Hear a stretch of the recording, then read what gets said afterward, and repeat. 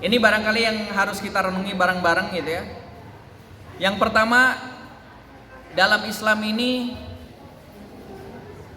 menyebutkan bahwa istri adalah tempat mencari ketenangan dan ibarat ladang, pendamping hidup, pengurus rumah, ibu bagi anak-anak, tambatan hati, tempat meluapkan segala isi hati. Contoh yang pertama, ya, ini Rasulullah memberikan peringatan kepada kita, janganlah kalian menikahi seorang wanita yang disebutkan di sini Khadra Adamni. Terjemahnya ini adalah pupuk hijau. Seorang sahabat bertanya, apa yang dimaksud pupuk hijau wahai Rasulullah? Rasulullah berkata, atau Rasulullah bersabda, yang disebut pupuk hijau itu adalah almar'atu alhasana'u fi manbatil su. Wanita cantik tapi berada di lingkungan yang buruk. Mohon maaf, mungkin lingkungannya kata-katanya kotor gitu ya. Kemudian di lingkungan yang penuh dengan kesyirikan. Ya pokoknya lingkungan kurang baik lah, lingkungan jahiliyah. Nah ini karena ini akan berpengaruh terhadap seorang wanita tersebut. Ini nasihat yang pertama. Ya. Nasihat yang kedua. Apa yang disebutkan oleh Rasulullah? Rasulullah mengatakan, janganlah kalian menikah karena kecantikannya. La tazawwaju an-nisa li husnihinna. Janganlah kalian menikahi perempuan karena kecantikannya. Karena bisa jadi kecantikan ini justru akan mencelakakannya.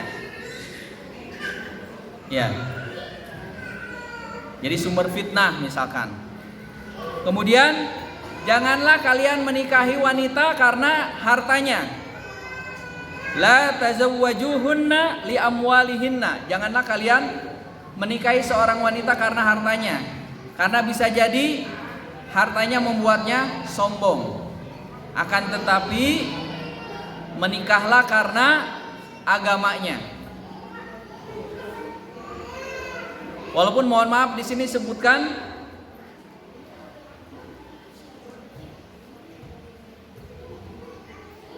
wala amatun khurama dzata dini afdal.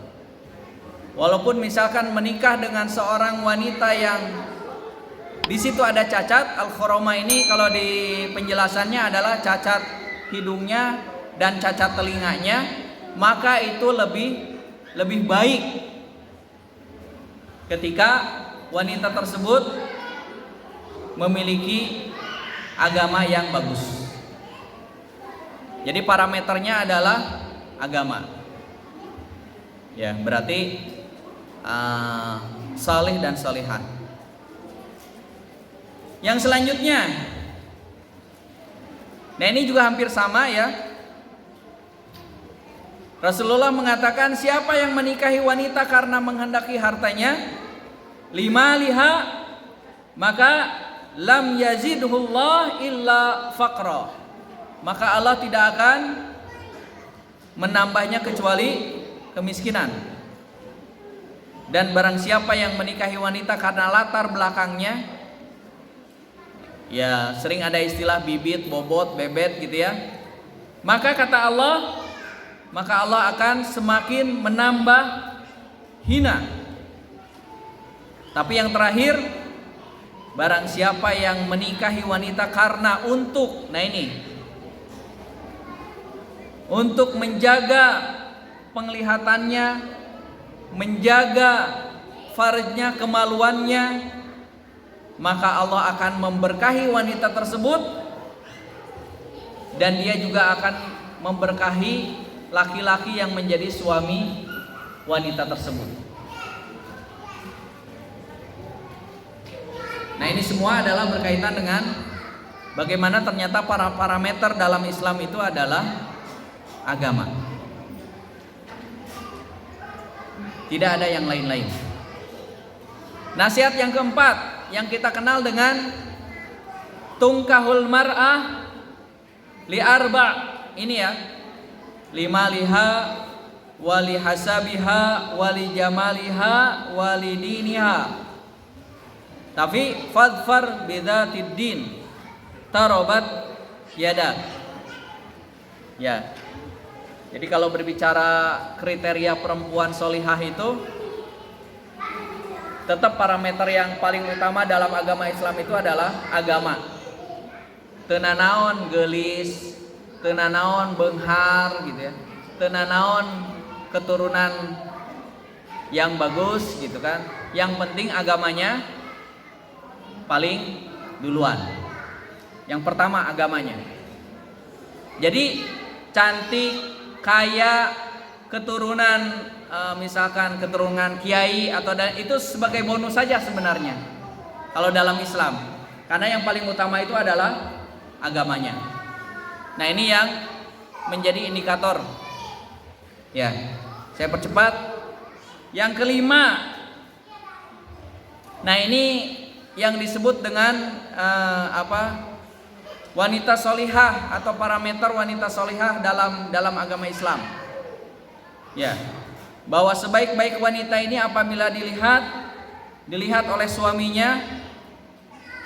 suaminya bahagia atau terpesona. Jika suaminya menyuruh patuh, jika bersumpah meringankan sumpahnya, dan jika seorang suami bepergian maka dia akan menjaga dirinya dan harta suaminya. Nah ini adalah parameter wanita solihah.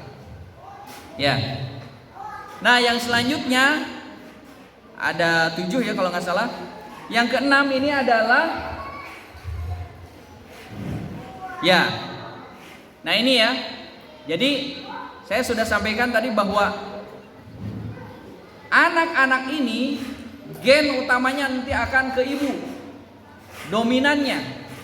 Khususnya penelitian ini terkait dengan kecerdasan. Jadi lamun ibunya jago matematika, anaknya tuh biasanya nurun. Dia pinter matematika. Gitu. Jadi kalau ibunya misalkan seorang hafizoh, itu anaknya itu cenderung lebih mudah nanti juga menjadi seorang hafiz dan hafizoh. Jadi kalau ibunya jago berbicara, orator gitu ya, cenderung nanti anak-anaknya itu adalah sama bawel, cerewet gitu ya, tapi yang positif gitu ya. Gitu. Itu penelitian. Ya penelitian dari Washington University kalau nggak salah ya. Banyak ya kalau di Google itu cari aja. Jadi 80% itu gennya itu ke ibu. Gennya ke ibu. Gitu. Maka di sini disebutkan an-nasu ma'dan kama'adid dzahab wal fiddah. Jadi manusia ini seperti tambang emas atau perak. Khiyarukum fil jahiliyah, khiyarukum fil Islam. Maka ketika masa jahiliyah dia baik, maka ketika dia menjadi seorang muslim juga dia akan tetap baik. Idza faqihu, apabila dia memiliki pemahaman keagamaan yang baik. Gitu ya. Tadi ya. Jadi berkaitannya seperti itu. Oke. Nah, yang terakhir, kriteria yang disebutkan dalam buku ini, kriteria calon seorang istri ini adalah yang berkasih sayang dan yang subur. Ya. Ini diceritakan bahwa suatu ketika seorang sahabat berkonsultasi kepada Rasulullah, "Wahai Rasulullah, saya sudah meminang seorang wanita. Akan tetapi wanita ini diprediksi atau secara medis tidak mungkin mempunyai keturunan." Kemudian setelah itu Rasulullah SAW menganjurkan tajawwaju al-wadud al-walud fa inni mukathirun bikum al-umam yaumal qiyamah. Menikahlah, kata Rasulullah, dengan wanita yang penyayang, al-wadud wal walud, subur. Sesungguhnya aku membanggakan banyaknya jumlah kalian pada umat-umat yang lain kelak nanti di hari kiamat. Gitu ya. Nah ini jadi bangga ya, Rasulullah itu bangga dengan umatnya yang banyak. Gitu. Ya gampang sebenarnya kalau untuk melihat apakah seorang wanita ini subur atau tidak, lihat saudara-saudaranya, lihat ibunya anaknya banyak, lihat lagi kakeknya, dia anak keberapa? Oh anak ke-7, oh berarti 7 bersaudara. Anak keberapa? Anak ke-12, berarti 12 bersaudara gitu ya. Anak keberapa? Anak ke-9, nah itu sudah ketahuan berarti dia memang termasuk wanita yang subur. Ya. Yeah. Nah, selanjutnya, baru ke sini ya. Bagaimana memilih calon suami? Nah, kalau tadi calon istri, sekarang bagaimana memilih calon suami? Nah, berarti di sini ada beberapa yang saya kutip di buku ini. Yang pertama adalah ungkapan dari Imam Al-Ghazali. Ya. Beliau menyampaikan,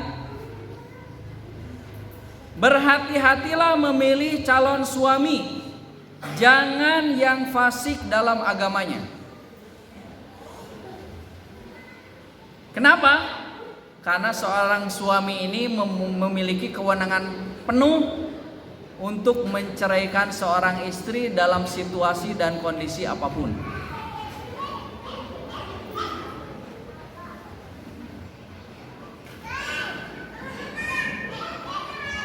Ya. Maka bagi seorang orang tua, ya ini para ustazah di sini yang sudah punya anak perempuan, ketika nanti anak perempuannya sudah besar, kemudian ada yang melamar anaknya tersebut, lihat saja satu hal, dia agamanya baik atau tidak. Fasik itu berarti dia Islam tetapi banyak melanggar syariat Islam, misalkan mabuk, tukang judi, ya, bermaksiat, melakukan dosa besar, itu berarti fasik. Tapi tidak disebut kafir, tapi fasik, gitu ya. Maka jangan sampai orang tua menyerahkan buah hatinya, anaknya perempuan, kepada calon suami yang kelakuannya sebagaimana tadi disebutkan, berarti itu akan mengundang murkanya Allah Subhanahu wa taala. Walaupun misalkan calon suaminya itu kaya raya, bos besar misalkan, tajir, loba sawahna gitu ya, perusahaannya banyak dan lain sebagainya, tetapi agamanya fasik, maka yakinlah, atau di sini nasihat dari Imam Al-Ghazali mengatakan bahwa wanitanya tersebut nanti akan diperlakukan dengan zalim dan akan semudahnya nanti akan diceraikan. Nah ini maka satu saja parameternya. Jadi ketika ada seorang laki-laki melamar anak-anak kita, putri ya, anak-anak perempuan kita, nanti satu aja dilihatnya itu. Yang paling pertama dilihatnya itu adalah bagaimana agamanya. Kalau bagaimana agamanya mudah saja, lihat sholatnya. Gampang kan? Tinggal tanya tentang gimana sholatnya, sholat subuhnya ke masjid atau tidak gitu ya. Itu aja. Nah, ini menjadi gambaran bagi kita. Nah, yang kedua, Hasan bin Ali mengatakan seperti ini. Nikahkanlah putrimu dengan laki-laki yang takut kepada Allah. Berarti parameternya tetap agama. Karena laki-laki yang takut kepada Allah, ketika dia mencintai istrinya, maka dia akan memperlakukannya dengan baik, akan memuliakannya. Tapi misalkan ketika dia kurang suka, ya di awal-awal misalkan belum terlalu suka dengan istrinya, setidaknya kalau laki-laki yang takut kepada Allah, dia tidak akan menzalimi istrinya tersebut. Dia tetap akan berlaku baik terhadap istrinya, walaupun mungkin dia tidak terlalu menyukainya. Bisa jadi, karena secara fitrah kemanusiaan yaitu sangat wajar. Tetapi setidaknya parameter agama ini, kalaupun dia kurang menyukainya, dia tidak akan berbuat zalim kepada istrinya. Dia tetap menghormati istrinya. Dia tetap berlaku baik kepada istrinya. Jadi parameternya adalah agama. Ini berdasarkan perkataan Hasan bin Ali, berarti anaknya Ali radhiyallahu anhu. Selanjutnya, ini terakhir ya, perkataan Aisyah radhiyallahu anha, istri Rasulullah. Aisyah mengatakan bahwa pernikahan ini ibarat perbudakan. Ibarat ya, bukan berarti sesungguhnya. Ibarat an-nikahu raq, ibarat perbudakan. Maka dari itu hendaklah kalian berhati-hati kepada siapakah akan menyerahkan buah hatinya. Gitu ya. Kepada siapa akan menyerahkan buah hatinya. Kebayang ya kalau kita sebagai orang tua, apalagi seorang ibu sudah melahirkan anak putri kita, menyusui anak putri kita, mendidik anak putri kita, menyekolahkan anak putri kita misalkan sampai jenjang sarjana, kemudian ada seorang laki-laki melamar.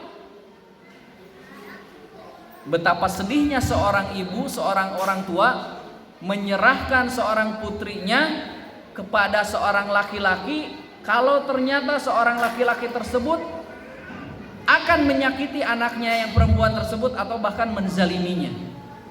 Akan hancur sekeping-kepingnya seorang orang tua melihat anak putrinya diperlakukan seperti itu. Berapa tahun berarti? Kalau misalkan sampai lulus kuliah,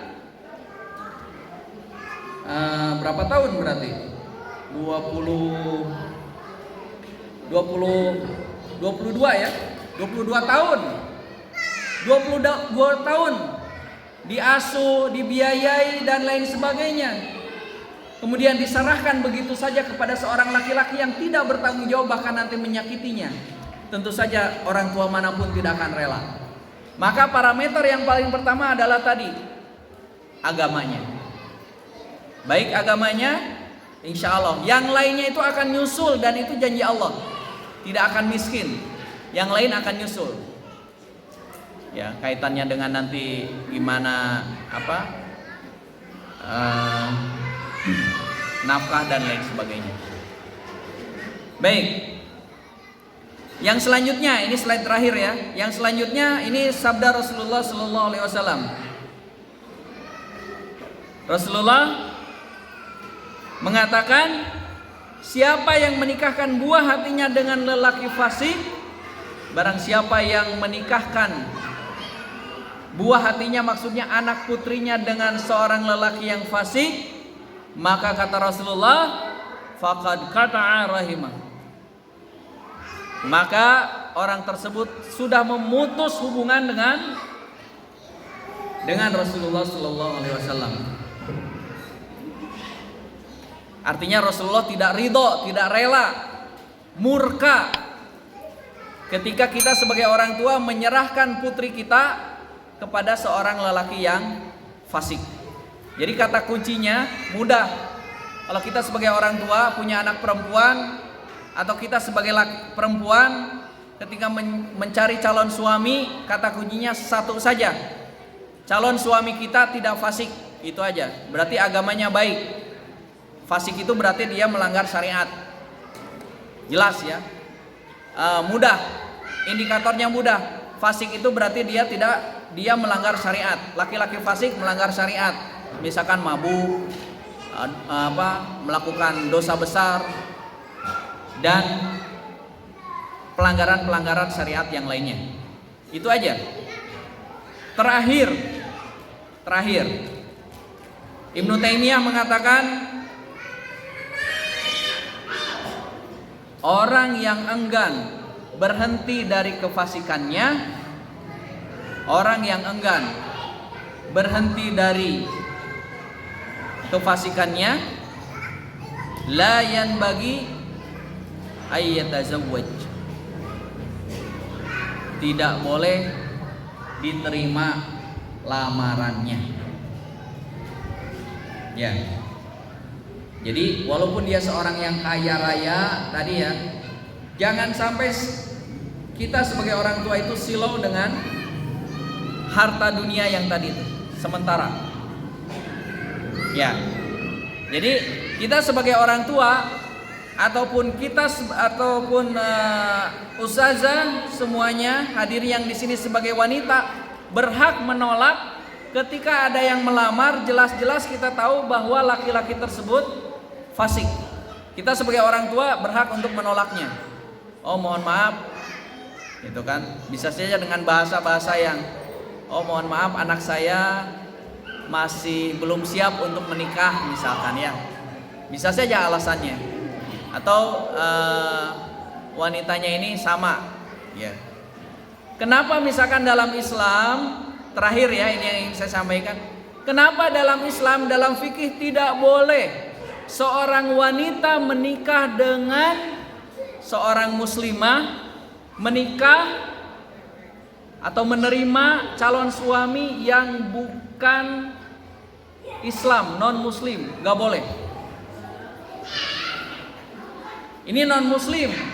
Ini yang disebutkan di dalam hadis ini apa? Muslim apa bukan? Muslim tapi fasik. Apalagi yang bukan muslim.